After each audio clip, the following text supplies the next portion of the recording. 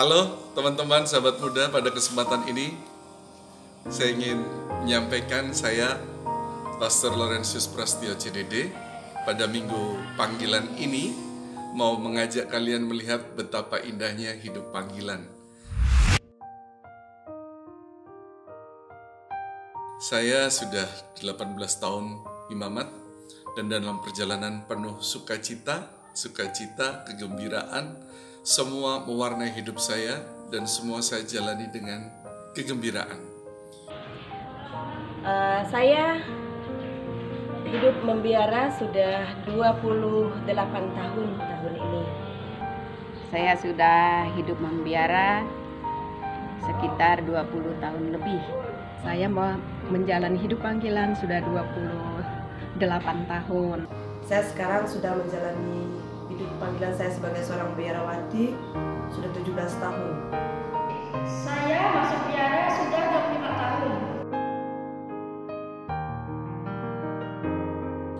Apa yang memanggil saya untuk menjadi seorang imam berawal dari ketertarikan sebagai anak di paroki yang menjadi mesdina. Dari situlah berawal kecintaan untuk melayani gereja, kecintaan untuk melayani pastor paroki, kecintaan tanpa syarat untuk memberikan apa yang bisa saya berikan bagi gereja saya.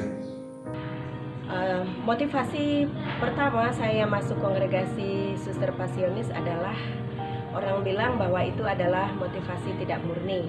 Karena saya latar belakangnya saya hidup di asrama. Jadi kami ramai-ramai di asrama itu ingin untuk masuk suster.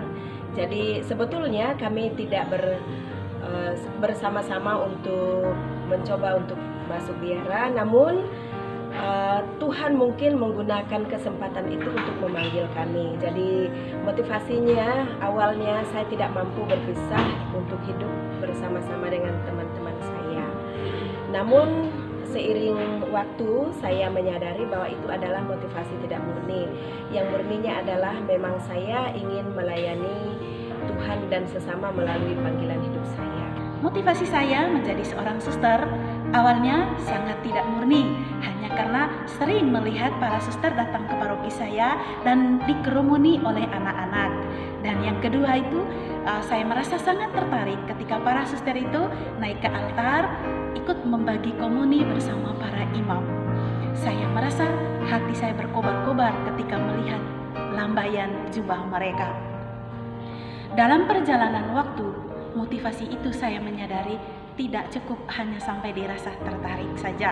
Motivasi itu semakin hari semakin juga ditambah, yaitu saya memiliki keprihatinan terhadap dunia masa kini. Ketertarikan saya pada panggilan hidup membiara terjadi karena pada awalnya saya sangat tertarik pada busana kebiaraan dan lencana yang dikenakan oleh para suster pasionis yang bertugas di asrama putri di mana saya dididik waktu saya masih bersekolah.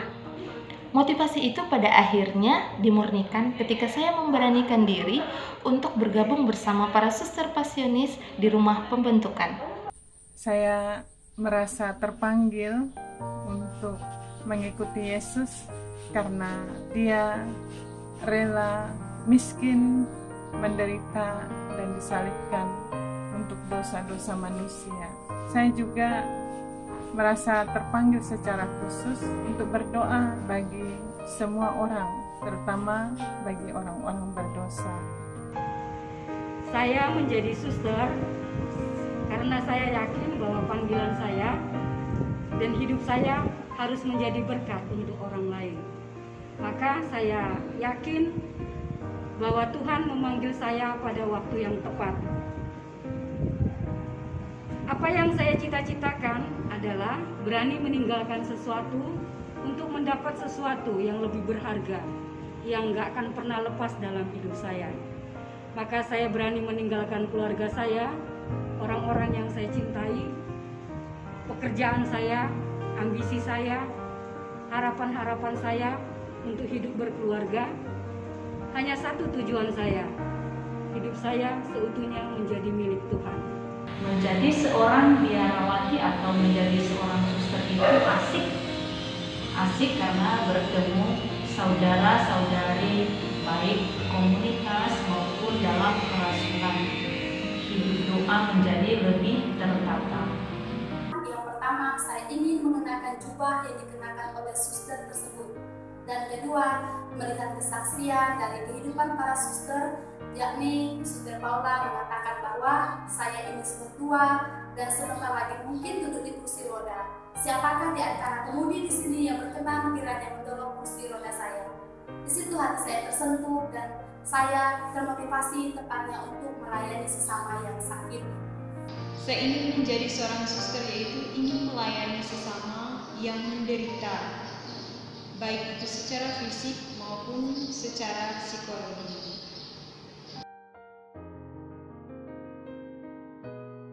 Tantangan dari keluarga, yang pertama, keluarga tidak setuju saya pindah agama Katolik. Yang kedua, orang tua tidak setuju saya masuk biara. Tetapi dengan tantangan itu, saya tidak putus asa, tapi saya selalu berjuang dan berjuang. Tantangan yang saya alami selama menjalani hidup dan panggilan selalu ada, dan terutama awal masuk biara, saya mendapat tantangan dari keluarga, terutama dari bapak saya tidak merestui saya untuk memilih jalan hidup sebagai seorang suster. Yang kedua, saat saya menjalani panggilan saya sebagai seorang biarawati, terutama dalam hal doa, di mana saya menyadari bahwa doa itu kekuatan di dalam hidup saya, dan juga kurang mendapat dukungan dari sesama. Tantangan menjadi imam tentu banyak, teman-teman. Tetapi tantangan yang paling sulit adalah untuk setia dan terus setia. Tantangan itu selalu ada, silih berganti. Sebagai pria tetap ada godaan tertarik pada lawan jenis. Sebagai seorang pria tergoda pada tahta dan kedudukan jabatan. Sebagai pria tergoda untuk kehormatan. Tetapi itu semua tidak ada artinya ketika kita memikirkan bahwa imamat itu lebih indah dari segalanya. Ketika saya tanya orang tua saya, bapak saya, apa yang paling indah? Anakku seorang pastor. Ini yang membuat saya tetap bersemangat dan setia dalam perjalanan imamatku ini. Tantangan saya sebagai seorang religius pada saat itu juga, saya tidak direstui oleh orang tua untuk menjadi seorang religius. Itu menjadi tantangan saya sampai saat ini. Tetapi perlahan-lahan pasti itu semua akan berlalu. Dalam panggilan itu ada juga tantangannya. Tantangan hidup yang saya alami selama ini adalah bagaimana saya menyelaraskan keinginan saya dengan keinginan Tuhan itu sendiri, yaitu melalui kaul-kaul yang diucapkan.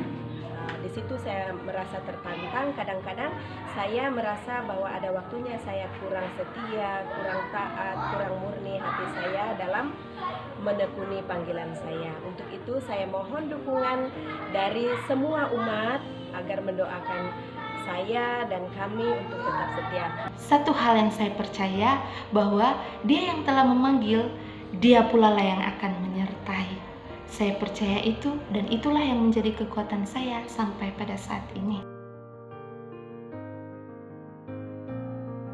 Pesan saya untuk anak-anak muda, jangan takut menjawab panggilan Tuhan. Mari bergabung, jangan takut, berjuang dan berjuang. Genggamlah salib Tuhan, kemana-mana Anda pergi. Ambil bagian. Kita dipanggil semua menurut cara Tuhan. Tuhan dimuliakan di dalam seluruh hidup kita, dan kita percaya apa yang Dia berikan adalah berkat bagi kita. Amin. Jangan takut untuk mengambil suatu keputusan, karena Tuhan sudah punya rencana sendiri atas hidup kita. Jangan takut, karena Tuhan lebih besar dan lebih kuat daripada kelemahan-kelemahan kita. Ia akan membantu dengan rahmat-Nya. Jangan takut untuk mengambil keputusan, ayo bergabung bersama kami. Jangan pernah takut bahwa mengikuti Yesus yang tersalib bukanlah hal yang mudah, tetapi itu akan menjadi sesuatu yang bermakna dalam hidup kita. Suaranya bergema lembut di dalam lubuk hati manusia. Jangan takut menanggapinya dan jangan takut mencoba. Tuhan memberkati. Oleh karena itu, harapan saya untuk kaum muda, ayo bergabung. Jangan takut memulai, jangan takut untuk mencoba. Ingat, masa depan gereja ada di tangan kaum muda, ada di tangan anak-anak sekalian. Mari, jangan takut. Ayo. Apapun yang kamu perbuat, perbuatlah dengan segenap hatimu seperti untuk Tuhan. Kalian bisa menjadi imam, bisa menjadi biarawan, bisa menjadi biarawati, tetapi juga bisa tetap menjadi awam untuk tetap melayani gereja. Cintailah gerejamu, cintailah Tuhan Allahmu, dan yang paling utama kita berangkat takut akan Tuhan, itulah hikmah, dan menjauhi kejahatan itulah akal budi. Jadi ini yang penting dalam hidup ini, dimanapun kita berarti. Jadilah orang yang berarti, sebab Tuhan menciptakan kita supaya menjadi pribadi yang berarti. Dan saya merasa berarti ketika saya menjadi seorang imam, ketika saya dapat melayani umat, ketika hidup saya berguna untuk umat, dan tempat di mana saya menjalani perutusan panggilan itu. Sekian, terima kasih. Semoga kalian pun hidupmu diwarnai dengan tindakan-tindakan yang berarti untuk kemuliaan Tuhan. Bapak Pendiri CDD berkata, nil contra ecclesia, nil sine ecclesia, omnia pro ecclesia. Tiada suatu pun yang tanpa gereja, tiada satu pun yang bertentangan dengan gereja. Semua untuk gereja.